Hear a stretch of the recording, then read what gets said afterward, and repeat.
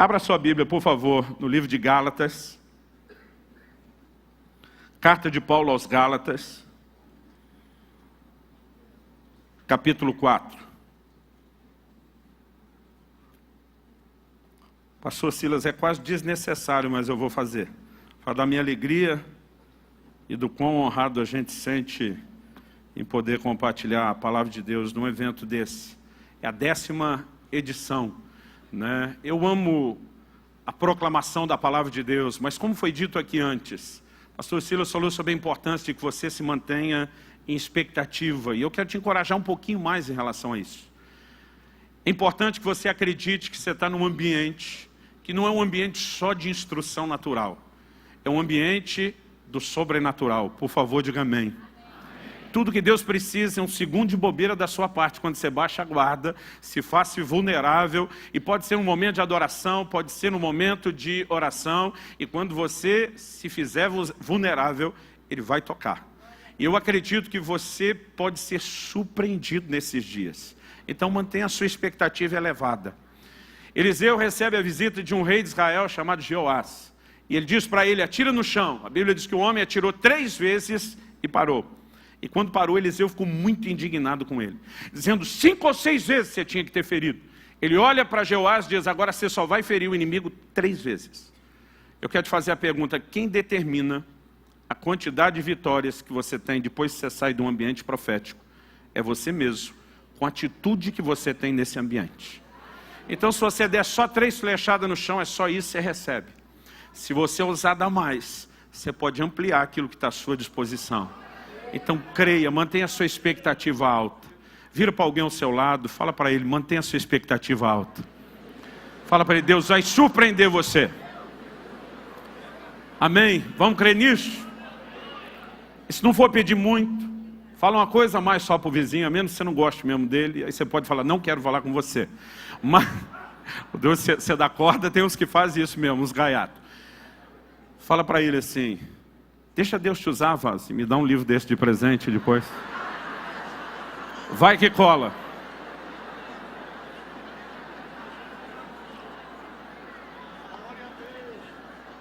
Gálatas capítulo 4. Nós vamos ler do versículo 1 até o 7. Quem achou, diga amém. O texto sagrado diz assim: digo, pois, que durante o tempo em que o herdeiro é menor, em nada difere de escravo, posto que ele é senhor de tudo, mas está sob tutores e curadores até o tempo predeterminado pelo Pai. Assim também nós, quando éramos menores, estávamos servilmente sujeitos aos rudimentos do mundo. Vindo, porém, a plenitude do tempo, Deus enviou seu Filho, nascido de mulher, nascido sob a lei, para resgatar os que estavam sob a lei, a fim de que recebêssemos a adoção de filhos. E porque sois filhos, enviou Deus ao nosso coração o Espírito de seu Filho, que clama: Abba, Pai. De sorte que já não és escravo, porém filho, e sendo filho, também herdeiro por Deus. Amém. Deixa esse texto aberto um pouquinho mais. Pai, nós clamamos uma vez mais graça e favor do Senhor. Clamamos que o Espírito Santo, o Espírito da verdade, se mova não apenas nesse lugar e ambiente, mas no íntimo de cada um de nós, trazendo entendimento espiritual, revelação da Tua Palavra, trazendo aplicação personalizada da Tua Palavra dentro de cada um de nós. E clamamos que, como disse o profeta Isaías, ou como o Senhor por boca do profeta disse, que a Tua Palavra cumpra o propósito pelo qual tem sido liberada. Que ela traga não apenas instrução, orientação, correção, encorajamento, mas que ela de fato nos toque e produza alinhamento nas nossas vidas. É o nosso clamor no nome de Jesus. E pela certeza de que o Senhor nos ouve, nós nos antecipamos em Te dar louvor, glória e honra. Em nome do Senhor Jesus. Amém. Amém. Eu olho para esse texto do apóstolo Paulo e eu percebo algumas palavras que elas merecem destaque aqui. Quando o apóstolo faz menção aqui de algumas palavras, eu acredito que nós podemos, no meio de todas as suas declarações e afirmações, nós podemos classificá-las aqui como chave. palavras-chave no entendimento. A primeira delas, com certeza, é essa expressão que nós lemos, filhos. Ele começa e termina falando da perspectiva de filho. Inicialmente, ele fala de um filho qualquer, de alguém. Um exemplo genérico, mas depois ele termina dizendo que nós somos filhos. E destaca essa nossa posição como filhos de Deus. Ele também fala da consequência de ser filho, tanto no exemplo genérico, como na aplicação que ele faz para nós, dizendo que nós somos herdeiros. Se não for pedir muito, eu queria que você repetisse comigo, diga filhos. Diga comigo, herdeiros. Outro dia alguém perguntou, pastor, esse negócio de repetir é espiritual? Eu falei, não, é só didático mesmo. É só para te ajudar a lembrar aquilo que é mais importante. Agora, há uma frase que não pode ser ignorada.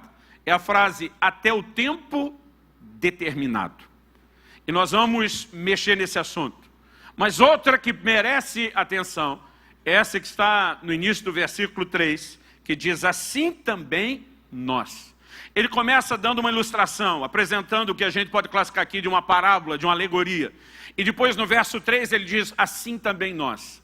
Ou seja, ele estabelece um padrão através dessa ilustração para depois fazer a aplicação nas nossas vidas. E quando a gente pensa na aplicação prática, ou no paralelo que ele está indicando para a vida espiritual, em primeiro lugar, nós não podemos assassinar a boa interpretação do texto e temos que reconhecer que, em primeiro lugar, ele está falando da vinda de Cristo na plenitude dos tempos para nos fazer filhos. Os israelitas já estavam numa aliança com Deus, já tinham direitos às promessas que haviam sido feitas, mas ele compara essa situação antes da vinda de Cristo à condição do filho, que mesmo que seja herdeiro, por ser menor, está nivelado a um escravo qualquer. Ele diz que a transição da escravidão, nosso estado debaixo da lei, para agora o lugar de filiação e herança em Cristo se deu no tempo correto. Mas ao mesmo tempo em que ele está falando disso, nós não podemos negar que ele também indica, ao lançar mão do exemplo que foi dado. Alguns estudiosos discutem se isso era só um costume comum no Império Romano ou se havia se tornado lei. Você vai perceber referência às duas coisas nas literaturas antigas. Provavelmente ela pode ter começado como um costume, evoluído a uma lei. Em alguns lugares pode ser que seja lei, em outros que são costume. Eu não quero nem discutir porque isso não é importante. Porque para nós se era lei ou costume, já não tem a menor importância. O fato é que Paulo toma isso como um exemplo e diz que tem uma aplicação para as nossas vidas. Eu e você hoje estamos na posição de filhos de Deus. Essa é a hora que você dá um amém. E a Bíblia diz, se somos filhos, também somos herdeiros. Nós temos uma herança extraordinária em Deus. No entanto, algo que eu e você precisamos entender é que o acesso à herança plena não acontecerá de forma automática só porque você é filho. Não, pastor, mas eu também tenho muita fé. Deixa eu te dizer uma coisa. Você não vai viver a plenitude do que Deus tem para você só com fé. Ninguém vai negar que fé é essencial, é crucial e é vital. A Bíblia diz, pela graça sois salvos mediante a fé. A Bíblia diz, o justo viverá da sua fé. Sem fé é impossível agradar a Deus. Nós não vamos discutir a importância da fé. Agora eu quero te garantir, e vou citar poucos textos para te provar isso, que só com fé você não alcança tudo que Deus tem para a sua vida. Em Hebreus 6,12, a Bíblia diz que nós temos que nos tornar imitadores daqueles que pela fé e perseverança herdam as promessas. Você não herda a promessa só com fé, você precisa de fé e algo mais. E aqui nós vamos falar desse algo mais como sendo a perseverança. Mas em 2 de Pedro, no capítulo 1, a partir do versículo 5, ele diz, acrescentai a vossa fé. A fé que é a base, o fundamento já está lá. Mas ele diz, você tem que somar algo mais à fé que já está aí. Acrescentai a vossa fé, o conhecimento, a diligência. Ele vai falando de virtudes. E ele diz, porque se em vós houverem e abundarem essas coisas, vos será amplamente concedida a entrada no reino eterno de nosso Senhor e Salvador Jesus Cristo. Então Pedro está dizendo, não adianta você pensar que vai ter tudo que Deus tem só com fé. Você precisa entender algo mais. Digo isso porque nós somos uma geração privilegiada. Mesmo que a reforma protestante, que tem uma mensagem clara de que a salvação é pela fé, reconhecendo a expressão da graça e não por obras, mesmo que a mensagem protestante já tenha feito 500 anos, no ano passado, eu acredito que só algumas décadas a igreja começou a amadurecer um pouco no entendimento de fé, do como ela é importante. Mas nós saímos de um extremo, onde se havia pouco entendimento, ensino e aplicação prática da fé, para um outro, onde a gente acha que tudo que precisa, que um crente precisa para viver o que Deus tem, é fé. E de acordo com o que Paulo está falando aos Gálatas, você precisa de algo mais. Ele está dizendo, se você quer viver a herança plena, você vai precisar não só de fé, mas de maturidade. E diz o filho, enquanto menor, em nada difere de um escravo. É herdeiro legalmente, mas não é tratado de forma distinta, até o tempo determinado pelo pai. E até que chegue esse tempo, o filho está debaixo de tutores e curadores. A NVI diz guardiães e administradores. Por quê? Porque não tem maturidade para a gestão da sua herança. E você não coloca uma herança expressiva na mão de criança. Então Paulo está nos mostrando que se eu e você queremos crescer naquilo que Deus colocou à nossa disposição, é necessário maturidade. E esse é o ponto principal do que eu quero explorar nessa noite. Particularmente gostei muito da frase que o Drummond Lacerda usou no livro dele, Fora do Alcance das Crianças. Você deve ter visto isso em alguma caixinha de remédio, em algum produto químico, né? E outro dia eu fiz uma pergunta para um grupo de irmãos. Eu falei, o remédio é algo bom ou ruim? A maioria respondeu bom. Eu falei, depende. Depende de quem usa. Depende da capacidade de gerenciamento que alguém usa. Porque o mesmo remédio que pode salvar a vida de alguém pode ser letal na mão de crianças que não sabem administrar a sua dosagem ou que não têm noção do que ele pode proporcionar. Então, se você me perguntar, herança é algo bom ou ruim, principalmente herança em Deus, eu vou te responder da mesma forma, depende. Talvez você já pense no remédio como algo bom, pela perspectiva de alguém que, naturalmente falando, é maduro. Então você já enxergou o outro lado. Mas se você conhece alguma família que viveu a tragédia de uma criança que teve acesso a algo danoso e talvez até letal, então você tem um entendimento um pouquinho maior de que pode servir para uma coisa e pode servir para outra. A verdade é que muitos de nós, se entrarmos na herança que nos está disponível sem maturidade, nós vamos bagunçar as coisas para a gente e talvez para os outros. Então eu quero falar de maturidade. Mas eu vou pedir sua paciência para dar uma voltinha primeiro. E antes de falar de maturidade, eu quero primeiro falar da herança. Por quê? Porque culturalmente falando, nós somos um povo que não valoriza a herança. Pelo menos quando ouve a palavra. Por que não? Porque a maioria de nós não recebeu uma herança. E aqueles poucos de nós que receberam uma herança, provavelmente, não tiveram acesso a uma herança muito expressiva. Outro dia eu estava falando com um irmão, ele falou, puxa pastor, tá numa correria aí, tal, esses dias, e ele tocou no assunto como se fosse algo ruim, pesado. Eu falei, o que está rolando? Não, o inventário todo aí de uma herança. Eu falei, uma herança? Você está falando desse jeito? Tive aí, ganhei uma casa como herança. Eu falei, meu irmão, e tu está falando de um jeito desanimado? Ele falou, pastor, primeiro o senhor não sabe a casa. Ela não é lá essas coisas. Segundo, vai ser partilhada com 25 herdeiros. Ele falou, talvez o processo da partilha custe mais do que aquilo que nós vamos receber. Então, muitos de nós não tivemos acesso a uma herança, pelo menos nada expressivo. Meu pai, quando foi para a glória, deixou um legado de fé e um legado familiar extraordinário. Mas dinheiro para a mamãe e para o filho não ficou praticamente nada. E porque a maioria de nós não viveu a experiência, a gente acaba reproduzindo um estilo de vida que não constrói também para a próxima geração. Diferente de culturas como na América do Norte, na Europa, onde se trabalha demais aquilo que vai se construir e deixar para os filhos, nós não temos. Então, quando a gente ouve falar de herança, é uma coisa distante. Ou quando muito parece parte daquele momento de diversão, quando você assistiu algum filme, que alguém descobriu que era um herdeiro, seja por ser parte da linhagem de alguém, ou por ter sido incluído num testamento, e da noite para o dia o camarada ficou milionário ou bilionário. E por alguns momentos a gente sorri, tem um pouquinho de inveja, pensando o que nunca aconteceu conosco, e depois aquela utopia desaparece com o fim do entretenimento. Ou seja, quando eu e você vamos ler o que a palavra de Deus fala sobre herança, nós já temos um bloqueio, que não permite a gente sonhar com algo prático, com algo acessível.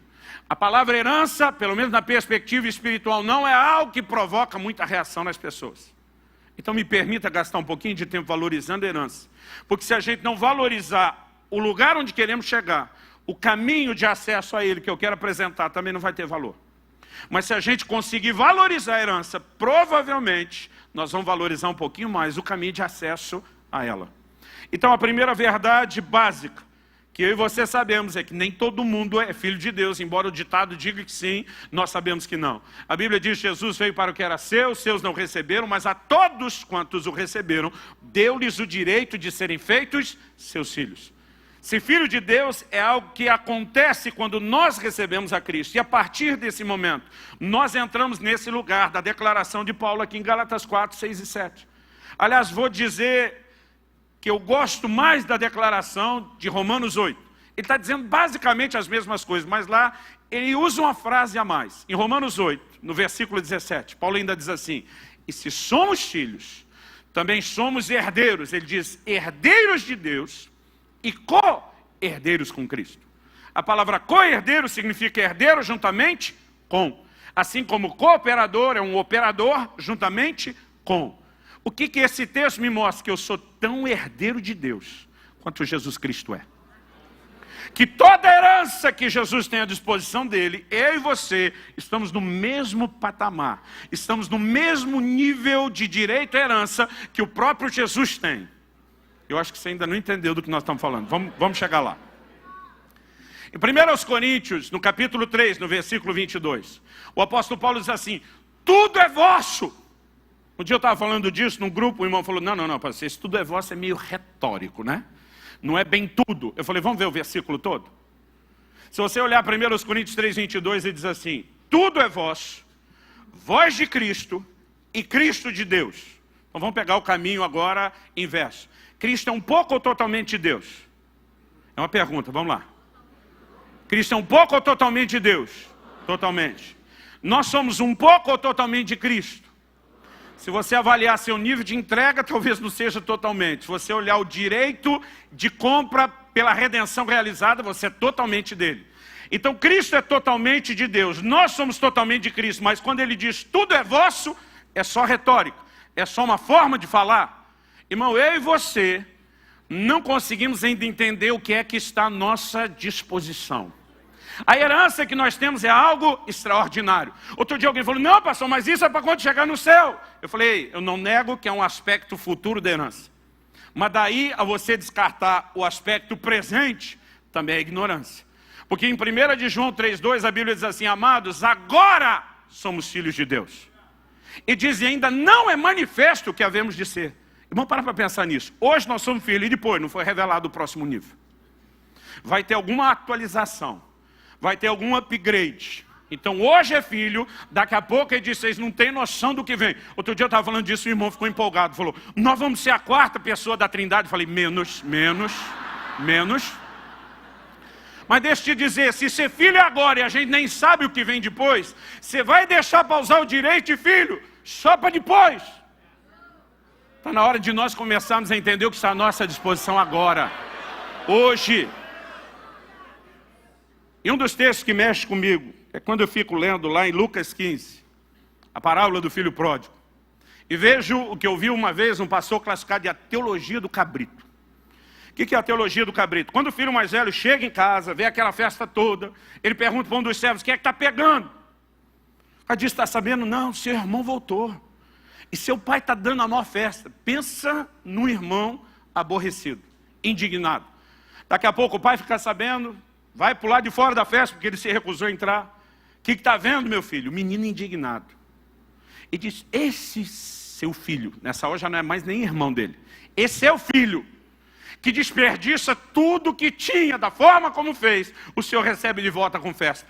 Eu que estou aqui todos esses anos, te servindo com fidelidade, o Senhor nunca me deu um cabrito para eu festar com os meus amigos. O que é a teologia do cabrito? Ela envolve o comportamento daqueles crentes que não entende o que é deles. O pai olha para ele, se fosse um pai paulista teria dito, não estou entendendo. O pai olha para ele e diz, meu filho, tudo o que é meu é teu. Olha todos esses rebanhos, tudo que você consegue enxergar, é tudo teu. Eu não tinha que te dar nada daquilo que já é teu. Você não entendeu o que você tem, você nunca usufruiu o que você tem. Você podia ter feito churrascada com seus amigos a hora que quisesse, mas você não sabe o que é teu. O problema não sou eu como pai que não te dou as coisas, o problema é que você não entende o lugar que você tem. E tem muita gente vivendo nesse lugar, espiritualmente falando. Um dos textos que mais me empolgam quando fala de herança, está lá em Mateus 15. Quando Jesus encontra aquela mulher cananeia, ou melhor falando, a mulher cananeia, o Ciro Venice, quando chegar no céu, eu quero saber o nome dela, quero ser apresentado, cumprimentá-la, agradecê-la, porque ela me inspira.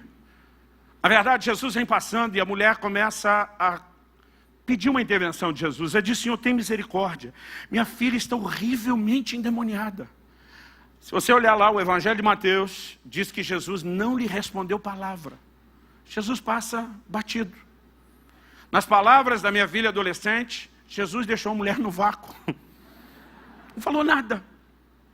Agora, a mulher vai para o próximo nível da insistência, da perseverança. A hora que Jesus passa, não para e não fala nada, ela eleva o tom de voz. E ela começa a gritar: Jesus, filho de Davi, tem misericórdia de mim. Quando ela começa a gritaria, os discípulos correm no mestre e dizem: se não vai atender a mulher, dispensa. Porque está pegando mal para nós. Era o grupo das relações públicas.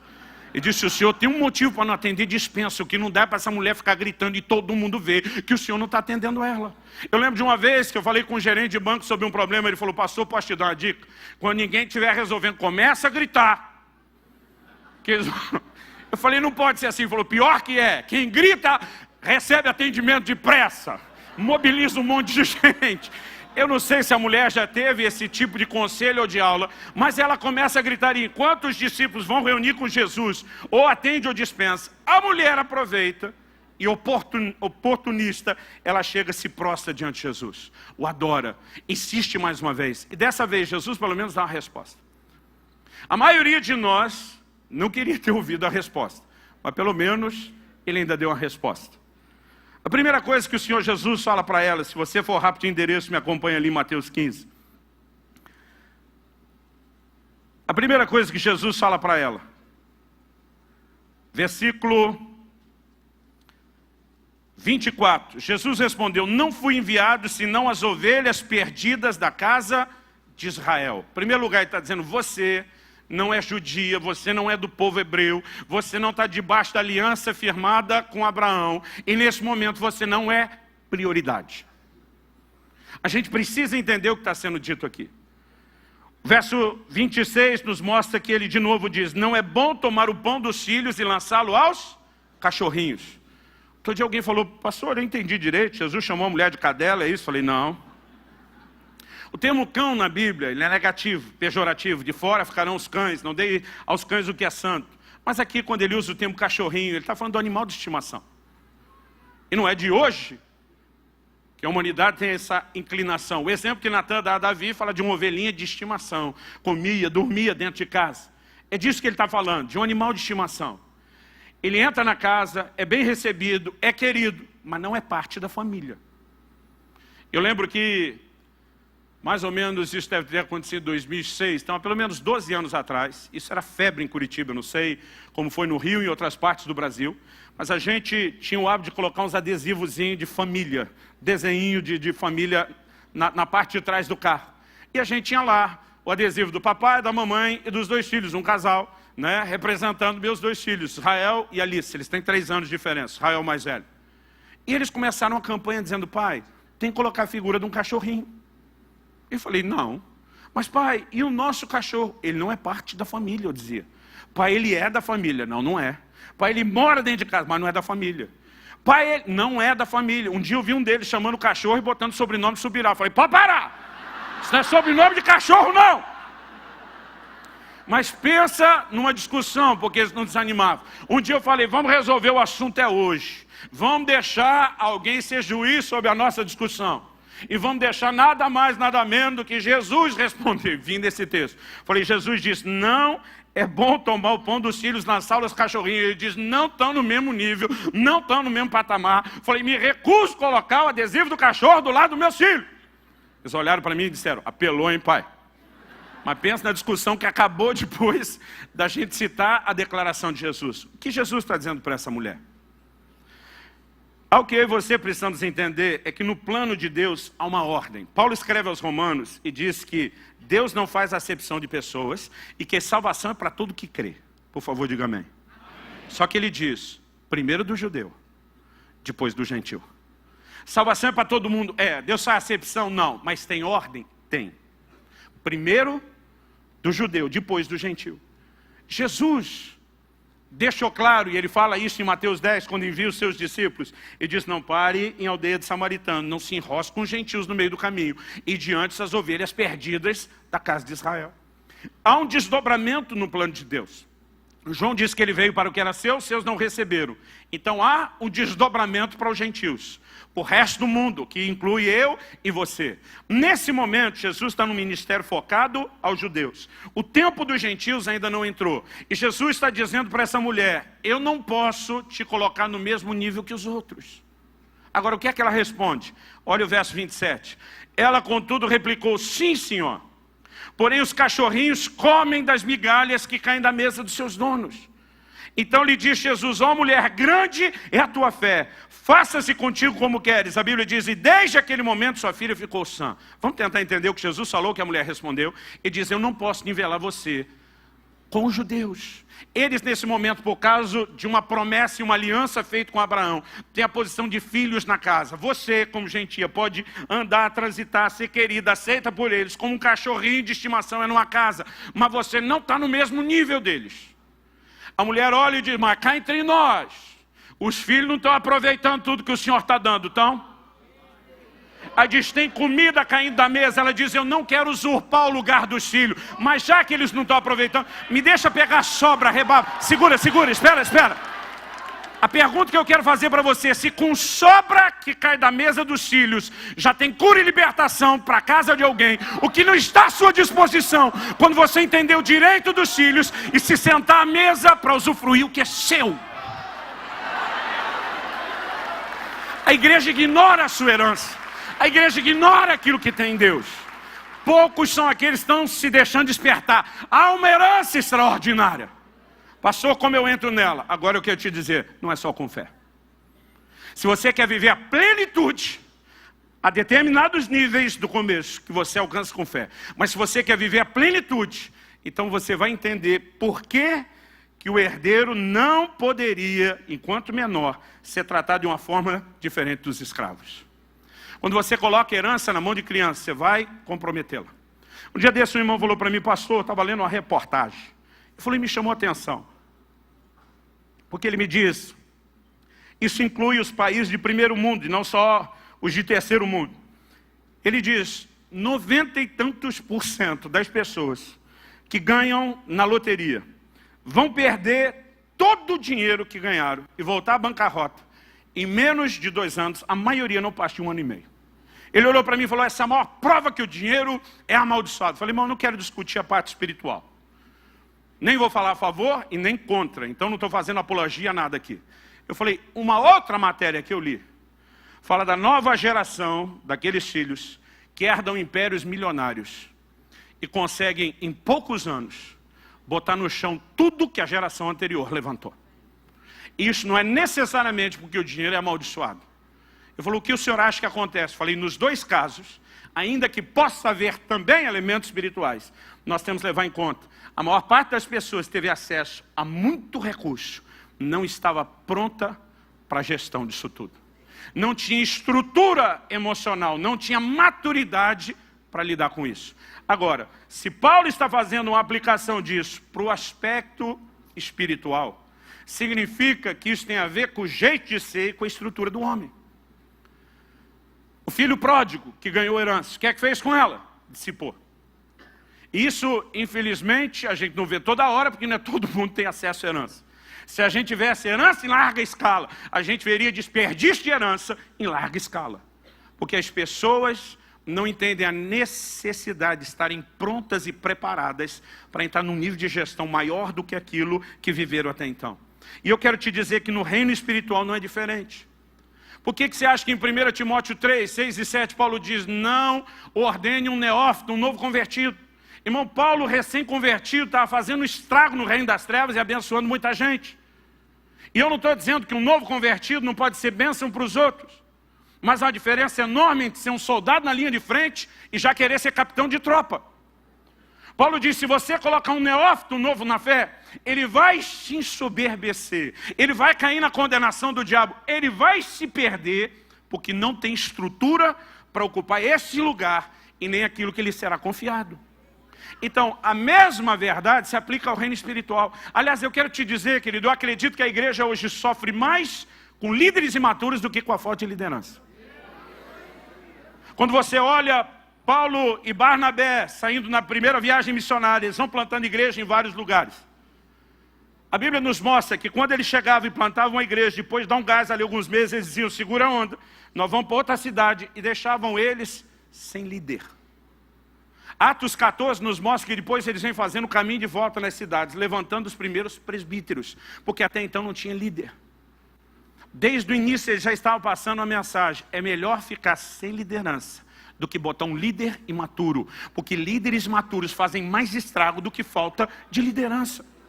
E acredito que uma das coisas que nós mais precisamos entender hoje em dia, para não só viver a plenitude do que Deus tem, mas para administrar de forma correta o ministério, é entender a importância de maturidade. Porque nós temos um monte de gente que não está trilhando o caminho do crescimento. Irmão, Paulo já era um gigante na fé.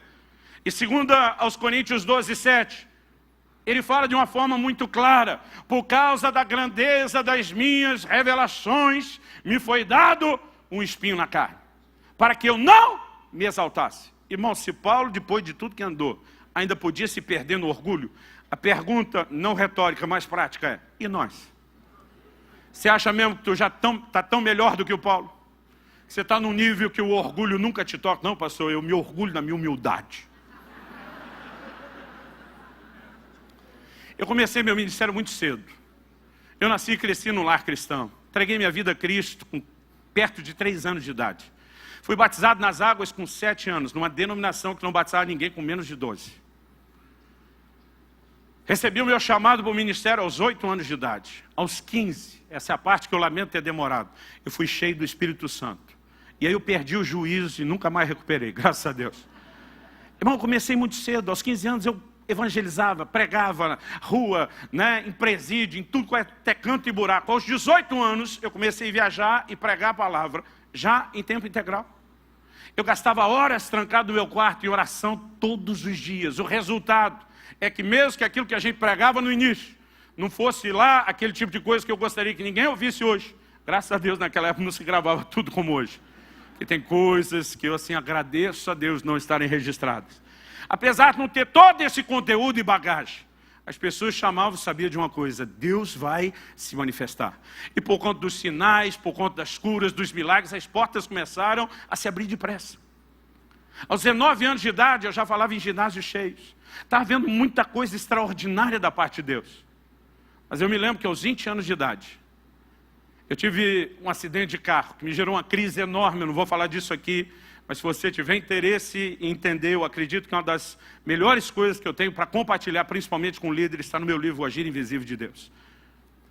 No dia em que eu estava sendo ordenado ao ministério pastoral, 1 ano e 3 meses depois desse acidente, porque ele acabou me tirando do ministério itinerante, me empurrando para esse lugar que eu não queria, o acidente do ministério pastoral. Depois de praticamente 1 ano à frente de uma igreja, chegou o momento do nosso reconhecimento.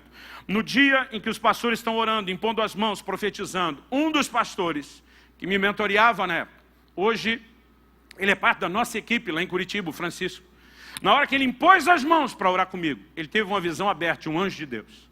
Ele viu o anjo como você está me vendo, ouviu o anjo como você está me ouvindo. E o anjo, entre outras coisas, falou para ele, primeiro de nós 3, falou, você tem uma preocupação muito grande com esses ministérios. E hoje eu entendo a preocupação dele. Eu tinha 20 anos de idade na época, solteiro. Eu brinco, Silas, que hoje nem eu teria ordenado eu mesmo, o eu daquela época, ao ministério. Éramos muito imaturos. E o anjo falou, você tem uma preocupação muito grande com eles, mas o Altíssimo te faz saber que eles estão nas mãos do Senhor. Ele está cuidando deles, não há motivo para que você se preocupe. E quando aquilo tranquilizou ele, o anjo apontou para mim. Primeiro para os 3. Estávamos em 3 ajoelhados recebendo oração. Ele disse assim, eles estão no lugar certo, na hora certa, fazendo a coisa certa. E daí ele apontou para mim e disse assim, quanto porém a este? E o caldo entornou para o meu lado.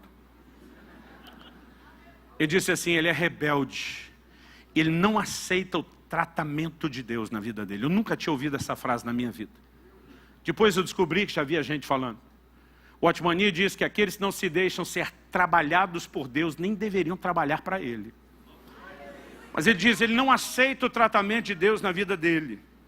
E o anjo falou com ele, nos próximos anos, Deus vai tratar profundamente com ele nessa cidade. Mas antes de dar detalhes sobre isso, ele falou, diga para ele que o acidente de carro que ele teve no ano passado, quando ele diz nas orações dele que isso foi coisa do diabo, diz que ele está certo. Mas diga para ele porque Deus o permitiu. Qual era o meu dilema naquele 1 ano e pouco depois do acidente? Eu dizia a Deus, tenho certeza que isso é coisa do cão. Eu falava para Deus. Mas eu dizia para Deus, o diabo só pode tocar com permissão. Ou nossa, por isso que a Bíblia diz, não deis lugar ao diabo. Isso não significa que se acordam amanhã, preenche um formulário dizendo, venho por meio desse, autorizar o miserável do Satanás, fazer uma devassa na minha vida. Mas quando você peca e dá brecha e legalidade, você está dando autorização ao inimigo. Ou, falei para Deus, a permissão pode ser soberana sua, como está lá no livro de Jó. Eu dizia para Deus, nós dois sabemos que não fui eu que dei a permissão. Por exclusão, estava dizendo, só pode ter sido o Senhor. Eu dizia para ele, minha pergunta, por que o Senhor me entregaria de bandeja na mão do miserável do Satanás? E penso num silêncio, irmão, de 1 ano e 3 meses. Ameacei Deus, fiz greve no ministério, tudo que você puder imaginar.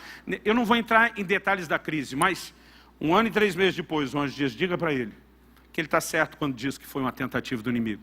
O anjo diz assim, diga porém, por que Deus o permitiu? O anjo disse, o ministério dele estava crescendo mais rápido do que a capacidade dele de se deixar ser trabalhado e tratado por Deus. Ele não tinha estrutura para suportar o lugar onde ele estava entrando. Era só uma questão de tempo e o sucesso se transformaria em fracasso, porque ele sucumbiria debaixo do peso do próprio ministério. O anjo diz, o diabo queria pará-lo porque o via como uma ameaça. Deus precisava pará-lo para não perdê-lo. Ele diz, nos próximos anos vai tratar profundamente com ele, para depois, aos poucos, permitir que ele volte novamente viajar pelo Brasil e as nações. Irmão, eu achei que esse tratamento ia durar 1, 2 anos. Só naquela cidade foram 9 anos. Depois Deus começou a me liberar para plantar igrejas, voltar a viajar aos poucos. Deixa eu te dizer uma coisa, em menos de 1 mês, eu vou estar completando 25 anos de ministério pastoral. E depois de tanto tempo de espera, está chegando a hora que o Senhor está dizendo, agora você pode começar a fazer um pouco mais. E nesse momento, eu olho para trás, eu olho para dentro de mim mesmo, e eu descubro como eu preciso amadurecer. Algo que você não enxerga quando você está no estágio da imaturidade é ela. Eu lembro que minha esposa disse, quando meu filho estava falando em casamento, ela olhou para mim e falou, ele é uma criança. Eu falei, da mesma idade que você tinha quando casou. Ela falou, bem que minha mãe dizia que eu era uma criança. Eu falei, você só não enxergava. Nós éramos 2 crianças. Mas quando você está nesse lugar, normalmente você não enxerga. Mas deixa eu te dizer, querido, se nós não nos permitirmos ser trabalhados por Deus, nós não vamos poder usufruir a plenitude, nem dessa herança de vida cristã, e nem do lugar ministerial onde podemos entrar. O Senhor diz para Paulo, vou até te deixar ter um pouquinho mais de experiência, mas vou ficar furando, murchando sua bola o tempo todo, para você não se perder no processo. Então, maturidade é aquilo que mais se requer de quem quer viver a plenitude da herança. Agora, a pergunta é, como a gente alcança a maturidade? E esse é o ponto prático. Em primeiro lugar, a gente tem que reconhecer que maturidade não vem sem tempo. Quem está entendendo, diga amém. Jesus disse em Marcos, no capítulo 4, versículos 26 a 29. O reino de Deus é semelhante a um homem que plantou uma semente. A semente brota e germina.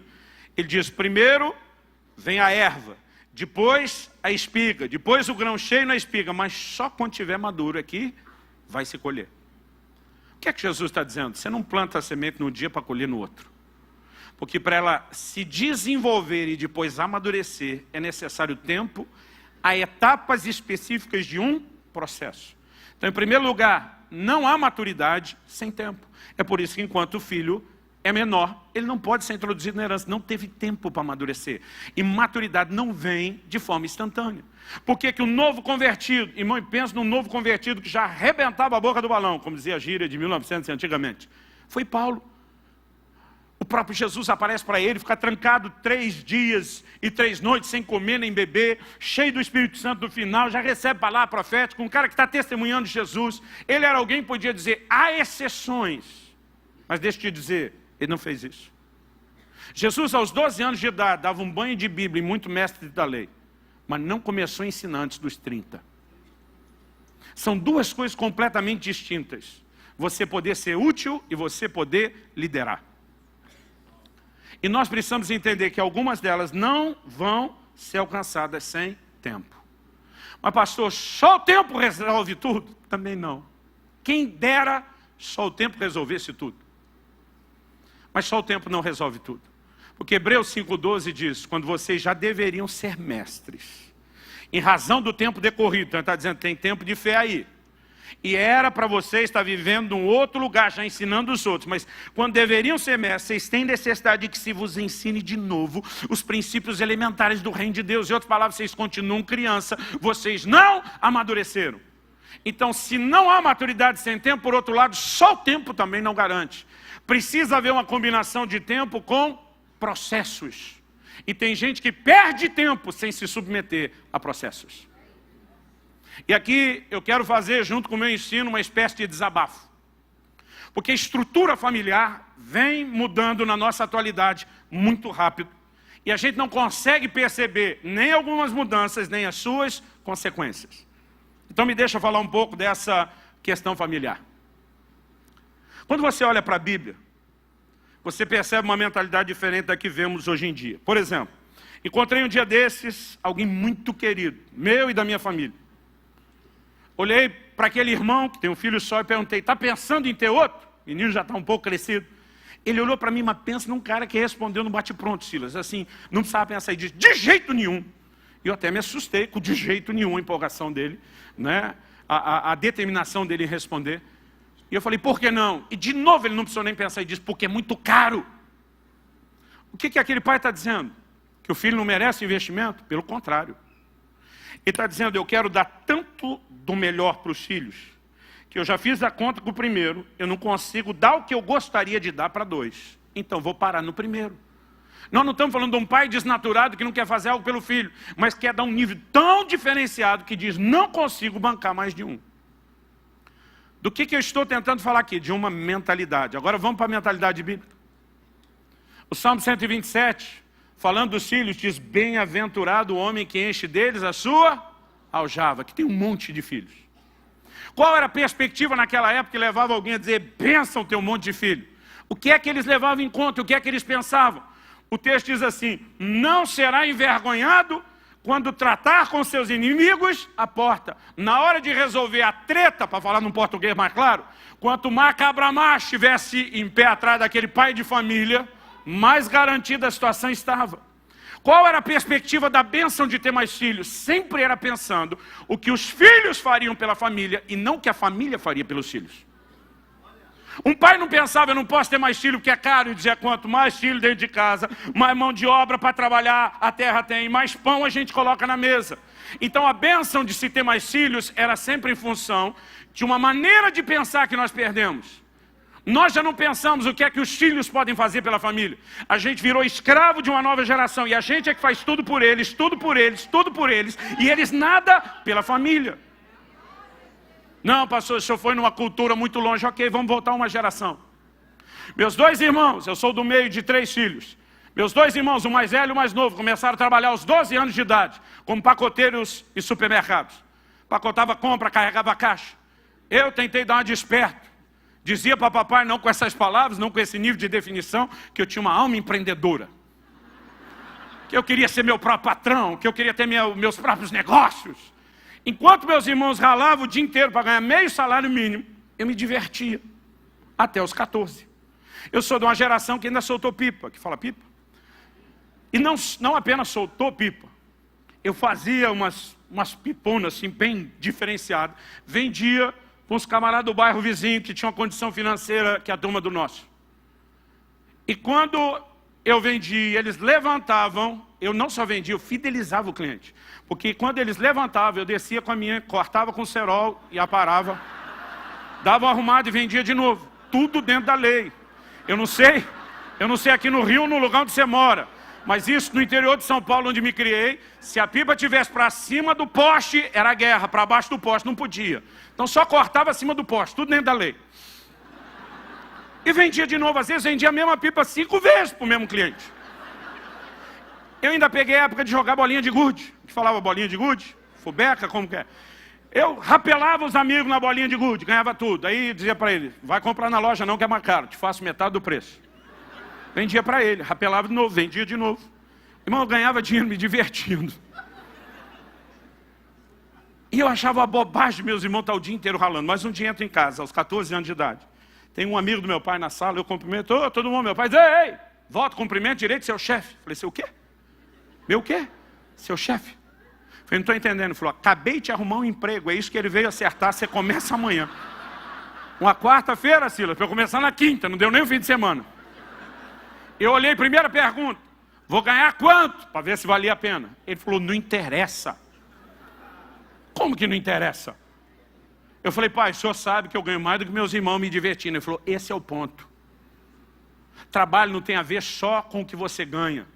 É uma escola de caráter que você não está tendo. Você tem que ter horário, tem que ter chefe, gente para quem prestar conta. Então, a partir de amanhã, tu começa a trabalhar. E dizer, a partir de hoje, depois de tirar o dízimo, que é a parte de Deus, você só vai ficar com esse pequeno percentual. O resto você vai ajudar em casa. Eu lembro que eu olhei para meu pai indignado e falei, você não precisa. Ele falou, eu posso não precisar, mas você precisa. Você tem que aprender que filho não é um bicho sanguessuga, que só fica arrancando tudo da família. É alguém que depois de uma idade vai contribuir, vai trabalhar para a família, vai oferecer algo. Agora, mas o que aconteceu com essa mentalidade? A nova geração não faz nada. Os meninos não cortam a grama, não põem lixo para fora, não arrumam a cama, os meninos não lavam a louça, não ajudam a cozinhar, e os pais é que faz tudo por eles o tempo todo. Um dia desse alguém na igreja reclamou, falou, pastor, essa nova geração está muito mimada. Falei, quem foi que mimou? Agora a escultura saiu ruim, a culpa é da pedra. E o escultor não paga a conta? Eu falei, se a nova geração é mimada, é porque vocês, a geração anterior, estão estragando elas. Os pais de hoje em dia estão ficando mole demais. Irmão, deixa eu te dizer algo, é sério o que eu estou te dizendo. O assunto não é esse. Mas se você me desse uns 3 dias inteiros para nós ser exaustivo, eu te mostro isso com muito afinco na palavra de Deus. Há uma visão de criação de filhos que nós estamos perdendo. Por quê? Nós somos parte de uma geração que acha que foi muito reprimida, que nossos pais foram muito duros, e que a gente decidiu dar uma versão de vida mais soft e suave para a próxima geração. E o que a gente não entende é que a firmeza que tiveram conosco construiu um caráter. E a falta de firmeza que nós estamos deixando de ter com eles está produzindo alguma coisa errada. Gente, se você é um desses do que eu vou falar agora, faz cara de paisagem, finge que não é com você, para não parecer que está passando vergonha. Não dá para entender garotos de 30, 40 anos morando na casa dos pais, jogando videogame. Eu não consigo entender isso. Nós temos uma lacuna de uma geração de homens, mulheres de Deus e pregadores, aí tem um vazio. E um ou outro garoto aqui ou lá parecendo fazer algo. O que é que está acontecendo? A gente não percebe que há uma estrutura de pensamento que está desprogramando a gente por um monte de coisa. E a gente tem que resgatar uma forma correta de lidar com os filhos. Meu filho, quando fez 18 anos, ele foi estudar fora. Desde os 14 ele tinha ganho uma bolsa de estudos. Antes dele mudar, eu tive uma conversa com ele. Falei, filho, a escola vai ser de graça. Mas morar custa, viver custa. E o que você ganha, e vai continuar ganhando, prestando serviço, você trabalha, né, desde os 16. Eu falei, o que você ganha, não dá para se manter lá. Ah, pai, Deus me abençoou com esse mantenedor aqui. Eu falei, eu sou grato a Deus por ele. Mas juntar o que você ganha e o que ele te dá, não é suficiente para te bancar lá, ainda mais com esse dólar. Eu tenho que entrar com tanto. Minha parte e minha cota é essa. Isso significa o quê? Você vai ter que fazer um orçamento. Você vai ter que viver com tanto. Agora, preste atenção. Porque aos 18 anos, o menino já estava falando de casar. Eu falei, eu te dou todo o meu apoio. Te dou a bênção para você ir à frente com essa garota. Mas, primeiro você tem que aprender a ser homem. E você acha que com 18 anos de idade, você é muito adulto. Mas não é tão crescido como você acha. Falei, então se você quer levar essa história, tanto de morar fora, como casar cedo adiante, e eu apoio, eu vou ter que te botar na estufa. Vocês usam essa expressão aqui? Enrolava a banana no jornal, botava debaixo do fogão para acelerar o processo de amadurecimento. Falei, vou ter que te botar na estufa. Ele me olhou com a cara de, hã? Falei, deixa eu usar um versículo apócrifo para você entender. Tirar do filme Tropa de Elite. Eu batendo na sua cara e dizendo 02, pede para sair. E vendo até onde você aguenta. Vai ser mais ou menos assim. Você quer o jogo? Eu posso acelerar o processo. Mas você quer jogar o jogo? Quero. Você vai aguentar? Vou. Falei, eu acho que você não sabe o que está falando, mas eu acredito que você vai lutar para isso. Falei, pois bem, primeira lição. Não adianta você pensar em formar uma família se você não cuida do orçamento nem como solteiro. Então, primeira coisa, você vai ter que aprender a cuidar do seu orçamento. Se você gastar mais do que aquilo que você pode, eu não vou te socorrer. Não me ligue pedindo dinheiro. Eu falei, você sabe, quando eu te prometo algo aqui em casa, é que nem o decreto dos reis da Média e da Pérsia, irrevogável. Porque, querido, se deixar, eles vão construindo todo um estilo de vida que às vezes nós estamos apoiando e ajudando eles a ir para o lugar errado. Um dia eu cheguei em casa, minha mulher, não é que ela está triste, mas ela não está feliz. Minha mulher sempre é sorridente, empolgada. Cheguei, ela não estava feliz. Não estava triste, mas não estava feliz. Sabe esse mistério? Olhei e falei, tem algo diferente aí. Tudo bem, amor? Tudo. Falei, não está tudo bem. Não, está tudo bem, não está, amor? Tem alguma coisa te incomodando. Pode não ser grave, porque você não está triste. Mas tem algo te incomodando, você não está feliz. Apertei um pouquinho, ela soltou, não, estou com a dó do Israel. Nosso filho estando fora. Falei, dó do quê? Ele lá longe, sozinho, com privações. Falei, amor, tinha que ter dó de nós, que estudamos nas escolas estaduais. O menino está na América, no primeiro mundo. Não, é por causa que ele fez um comentário hoje. Qual foi o comentário? Não, a gente estava falando e pelo vídeo ele viu a fruteira. E quando ele viu as frutas, falou, nossa mãe, que saudade dessas frutas do Brasil. Aqui a fruta é cara, não dá para comer toda hora. Ai, que dó do bichinho. Irmão, nem discutir com a mulher. Passei a mão no telefone, saí de fininho. Subi bondade de cima, eu moro num sobrado, chamei ele pelo WhatsApp. Ele atendeu, e aí pai, tudo bem? Falei, tudo bem, coisa nenhuma. Falei, a próxima vez você chorar com a sua mãe, que não tem fruta para comer, não vai te faltar só fruta para comer não, moleque. Eu falei, tu quer casar? Quero. Aprenda a ser homem. Homem não chora com mulher, você chora comigo, chora com os amigos. Mas para elas nós damos o ombro, nós seguramos o tranco. Se você chorar com a sua mãe, se você chorar com a sua irmã, se você chorar com a sua noiva, você vai ver o que é bom para você. Aprenda a ser homem, rapaz. Eu não estou dizendo que homem não chora, irmão. Eu estou dizendo com quem você chora. Deus deu ao homem uma condição e uma estrutura para suportar peso e problema. E tem muito marido tentando partilhar todos os níveis de pressão em cima das suas esposas sem poupá-las. Depois de um tempo, minha esposa diz, eu acho que Israel se acostumou lá, nunca mais reclamou. Primeiro mês, tudo bem com o orçamento. Segundo mês, tudo bem. No terceiro mês, faltava 3 dias para terminar o mês. E aí a gente falava praticamente todo dia no telefone. E ele falou, começou a conversa. Os pais já sabem que tem algo diferente. Quando o filho começa assim, então pai.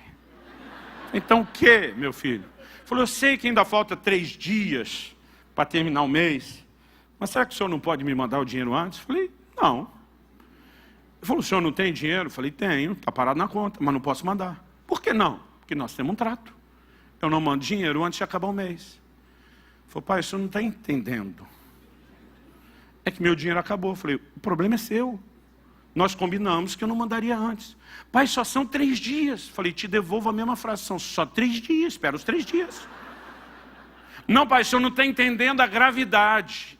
Eu não tenho o que comer. Eu não tomei café da manhã hoje. Eu não almocei hoje. Eu não tenho o que comer. Irmão, olha para mim diante de Deus. Sabe o que eu falei para ele? Jejua.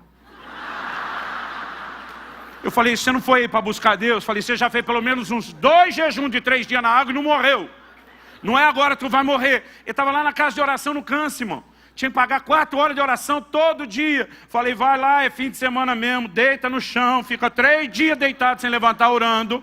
Eu não vou te mandar dinheiro. É lógico, não falei nada para a mãe do menino, que a gente tem que ser sábio. Esperei passar os 3 dias. Depois que mandei o dinheiro, o menino comeu, sobreviveu. Aí fui conversar com a minha esposa. Falei, meu amor, esse seu filho é uma bênção. Ela, e não é? Falei, não, é sério. O menino mandou outro jejum de 3 dias na água. Que bênção. Quando ela falou que bênção, eu falei, pronto, agora está mais fácil. Aí falei para ela, tá certo que eu dei uma mão. Ela falou, você é um pai incentivador. Eu falei, dessa vez foi meio compulsório. repente ela para e já olha e diz, o que é que você fez? Ela não usou essa frase, mas o olhar era, o que é que você fez com o meu nenê? Eu falei, antes você continue pensando isso. Ele não é mais nenê.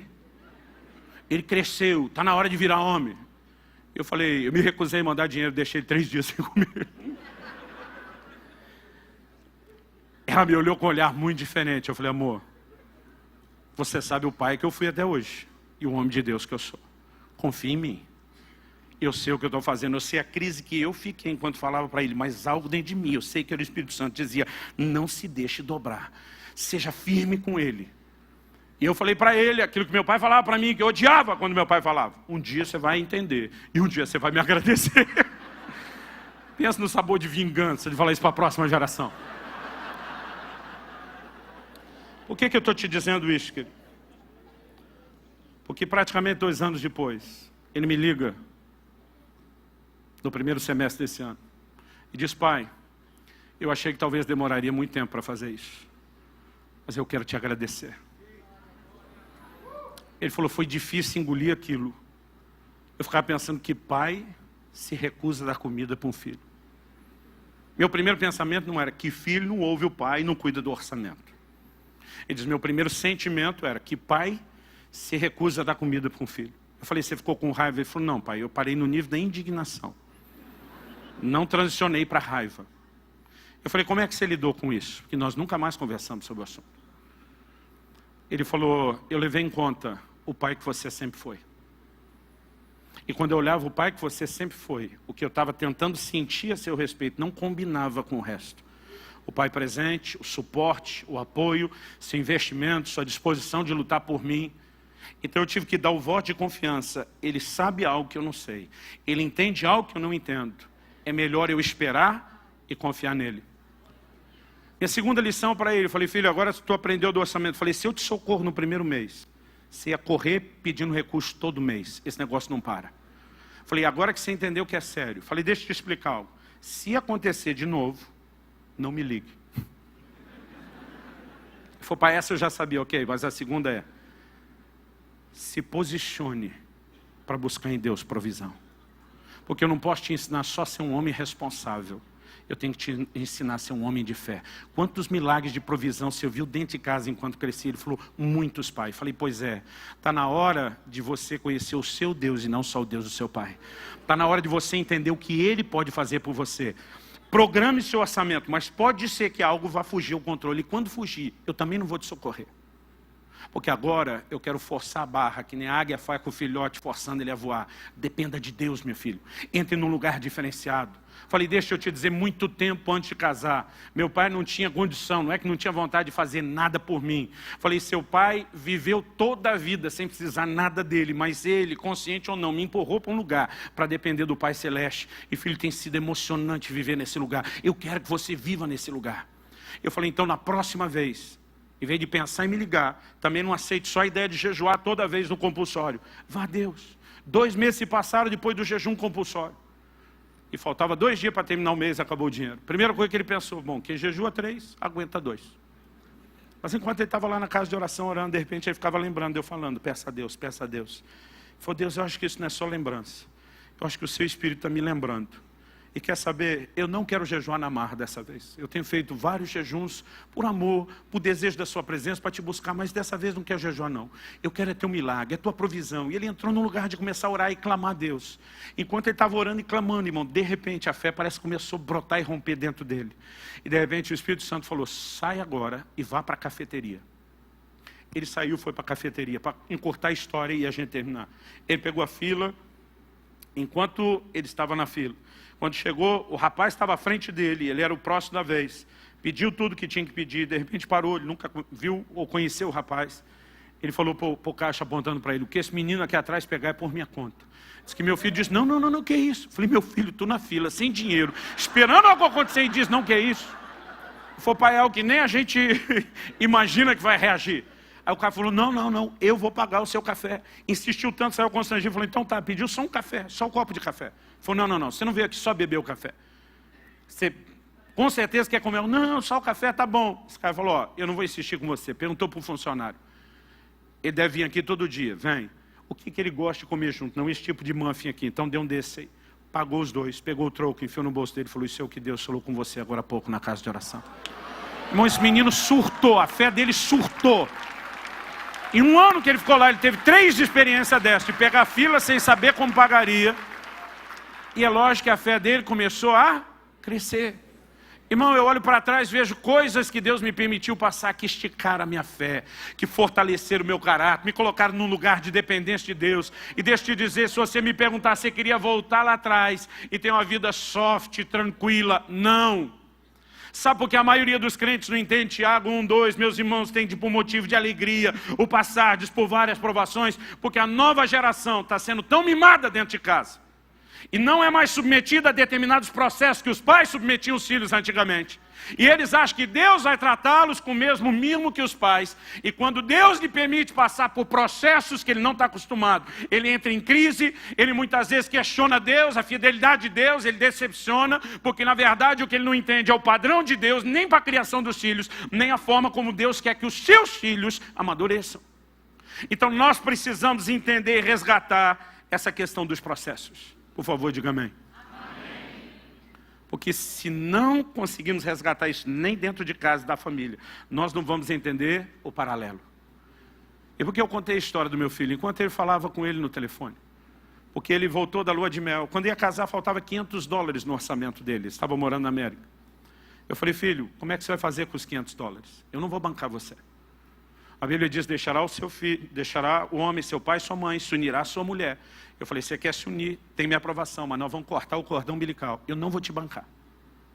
Você vai ter que ser homem para manter a sua casa. Ele falou: pai, enquanto eu estou com visto de estudante, eu não posso trabalhar. Mas quando sair o green card, minha nora tem cidadania americana, ele falou: eu vou fazer isso. E o tempo que leva, eu tenho uma reserva. Não se preocupe comigo. Falei: ok. Ele volta da lua de mel, me liga e diz: pai, o pastor da Priscila, minha nora, me fez uma proposta. Quer que eu pastoreie os jovens e adolescentes da igreja? E me ofereceu um salário de $2.500 por mês. Eu falei: que bênção, filho, ainda vai sobrar 2 contos. Ele falou: pai, a bênção é maior. Quando ele falou: a bênção é maior, eu estou imaginando mais dinheiro. Ele falou: eu falei para ele que só aceite se for como voluntário. Eu falei: o quê? Ele falou: eu falei para ele: só aceite se for para trabalhar de graça. Falei: meu filho, você tem família para sustentar agora. Ele falou: pois o pastor me disse a mesma coisa, eu vou te dizer o que eu falei para ele. O Senhor me ensinou primeiro a ser homem e ter orçamento, e eu faço as contas. Mas o Senhor também me ensinou a ser homem de Deus. E o Espírito Santo me dirigiu a tomar essa decisão. E o Senhor mesmo, quando me mandou para cá, falou: vá com a mentalidade de dar, não de receber. Eu falei: pai, quando eu estava aí no Brasil, dei meu primeiro salário, o Senhor viu a bênção que eu recebi? Imagina o que é eu, como homem de família agora, dar meu primeiro ano de sustento todo. Eu falei: sua mulher está de acordo? Ele disse: tá, deixa eu falar com ela. Ela: ai pai, nós estamos tão felizes, parece que a gente ganhou na loteria. Eu pensei: bando de doido, vocês se merecem. Eu que provocava o menino, agora estou pensando, criou um monstro. Naquele mês ele postou uma música no canal dele no YouTube, que em um ano bateu 50 milhões de views. A música puxou o resto do canal. Para resumir a história, só do YouTube ele ganhou mais dinheiro do que ganharia da igreja, de monetização. Fora os outros milagres. No início desse ano ele me liga e diz: pai, tudo começou naquele jejum. Se você tivesse amolecido e não me ensinado a ser homem, e depois não me empurrar a depender de Deus, eu não estaria vivendo nada do que eu estou vivendo hoje. Eu achei que demoraria, mas eu quero te dizer muito obrigado. E naquela hora o Espírito Santo falou: comece a ensinar sobre os processos. Porque diz: o que está impedindo muitos de romperem no espiritual é a falta de entendimento desse paralelo no natural.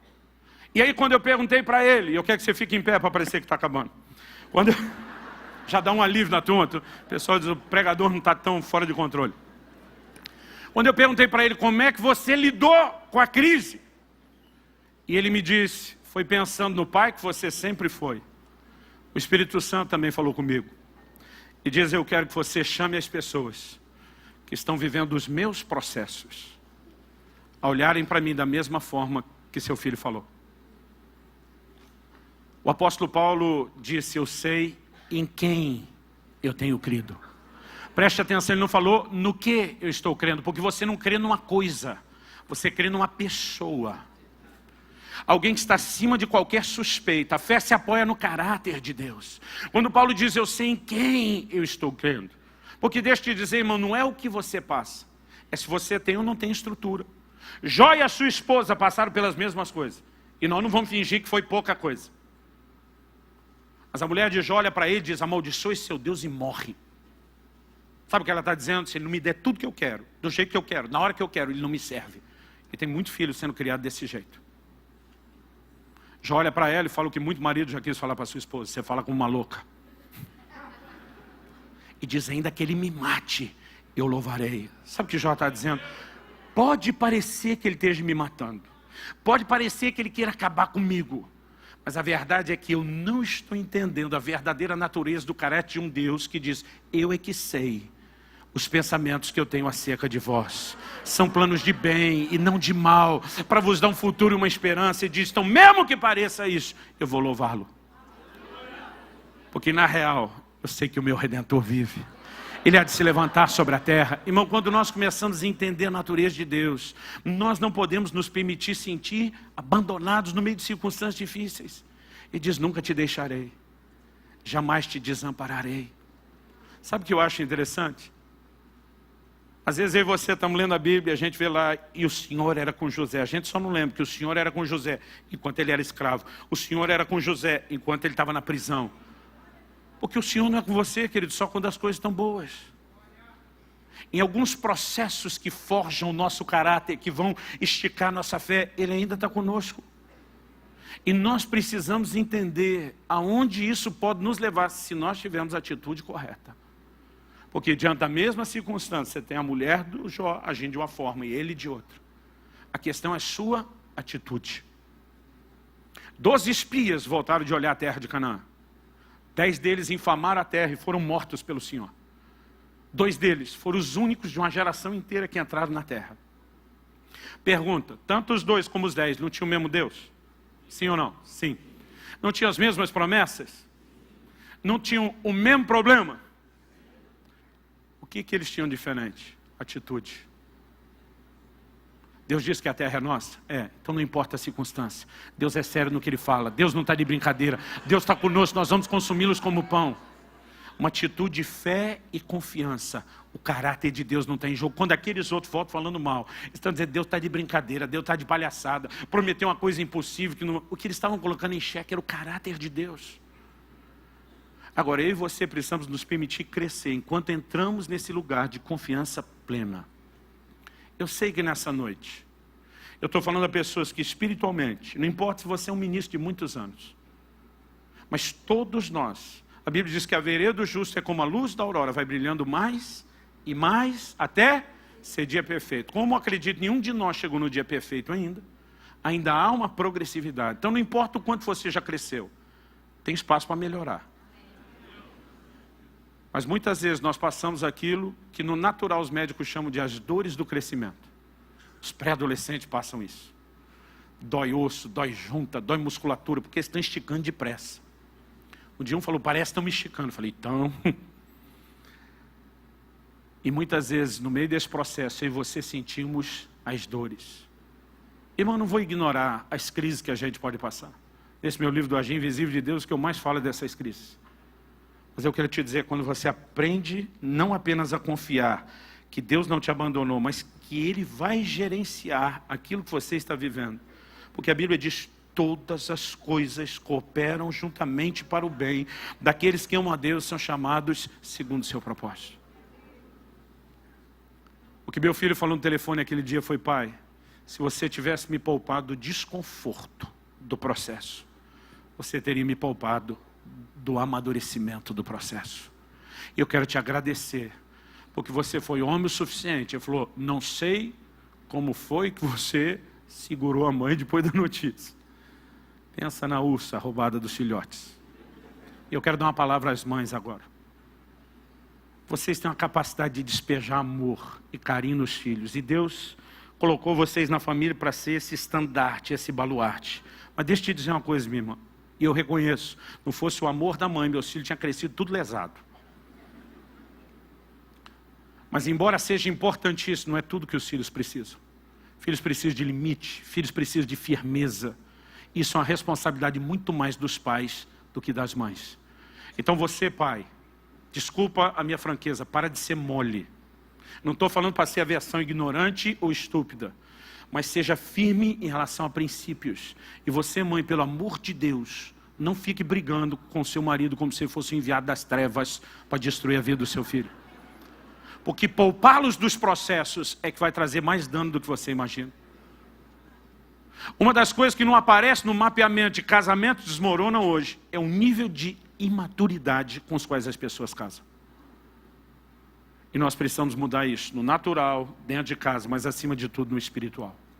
Mas voltando nas dores do processo, eu quero orar rapidamente com aqueles que estão vivendo um momento de dizer, pastor, eu tenho sentido as dores do processo.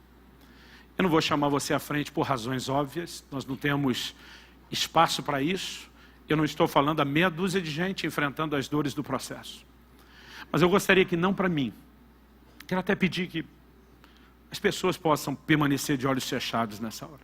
Eu quero pedir que não para mim, mas para Deus. Se você está vivendo um momento desse onde você diz, pastor, eu tenho sentido as dores do crescimento, as dores do processo. Eu gostaria que você levantasse sua mão bem alto onde você está. Não para mim, para Deus. E nós vamos orar para que o Deus de toda consolação possa não apenas te fortalecer nesse momento, mas fortalecer a convicção de que Ele ama você, de que Ele se importa e de que Ele não te abandonou e nunca vai te abandonar. Espírito Santo, vem sobre nós. Espírito Santo Consolador, vem sobre nós. Permite-nos nessa noite ter mais do que um discurso ou uma palestra. Toca as nossas vidas, Senhor. Vivifica a Tua palavra. Traz aquela aplicação personalizada que só o Senhor pode produzir dentro de nós. Nós oramos pela manifestação da Tua graça, do Teu favor. Nós oramos que não apenas nossos irmãos sejam fortalecidos pelo entendimento do Teu amor, da Tua soberania, do Teu controle, mas que eles sejam confortados pela doçura do Teu amor, pela manifestação da Tua graça. Que toda mentira que o inimigo tem usado através de uma leitura equivocada das circunstâncias de abandono caia por terra. Que aquela fé que só a Tua palavra pode produzir e gerar seja acendida novamente dentro de cada um de nós, a ponto de cada um poder afirmar como Paulo, eu sei em quem eu tenho crido. E ao mesmo tempo em que oramos por fortalecimento, nós oramos, ó Deus, por uma geração que redescubra os processos de maturidade. Porque sem maturidade jamais teremos acesso à herança plena. E Senhor, nós nos recusamos ficar num lugar de mediocridade. Nós nos recusamos estacionar num lugar tão aquém de tudo aquilo que o Senhor sonhou, planejou e preparou para nós. Então nós suplicamos, intensifique os Teus processos. Intensifique os Teus processos. Enquanto o Teu Espírito trabalha em nós, que a Tua graça nos sustente, assim como Paulo, para quem o Senhor diz, minha graça te basta, que ela se manifeste na nossa vida, mas que a maturidade venha, e que juntamente com ela, possamos usufruir da plenitude da herança. Nós clamamos no nome do Senhor Jesus. Se você crê e concorda, diga amém. Amém. Você pode dar ao Senhor um forte aplauso.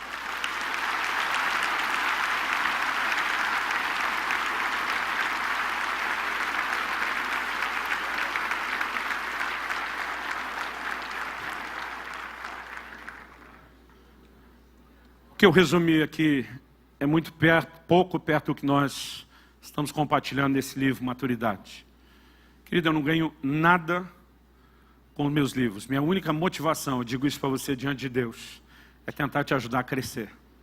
Mas eu acredito que esse é um assunto que Deus quer que a gente preste atenção. Eu entendo que o que Deus tem me dirigido a falar sobre o assunto, ou mesmo escrever, não é só parte de instrução e ensino. É parte de um momento que nós podemos classificar de alinhamento profético, que Deus quer trazer e produzir na igreja. Então, eu quero fazer um apelo ao seu coração. Né? Nós vamos te abençoar com outro livro junto, está lá no stand da Central. Eu acredito que vale a pena o investimento que você vai fazer nisso. Amém?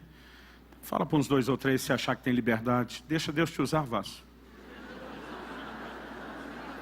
Foi um prazer servi-los da mesa do Senhor.